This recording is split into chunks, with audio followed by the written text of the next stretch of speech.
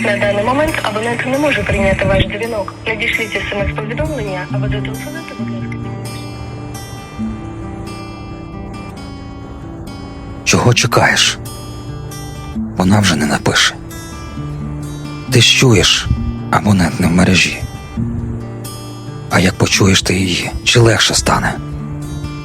По досвіду скажу, що, мабуть, ні. Бо голос не поверне те, що втратив. Слова не залікують старих ран.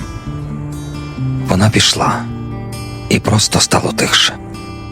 А тиша б'є сильніше, ніж обман. Та з часом ти навчишся жити далі. Без раптом, без нічних вагань. І серце, втомлене від спогадів і жалю, знайде той спокій без марних сподівань.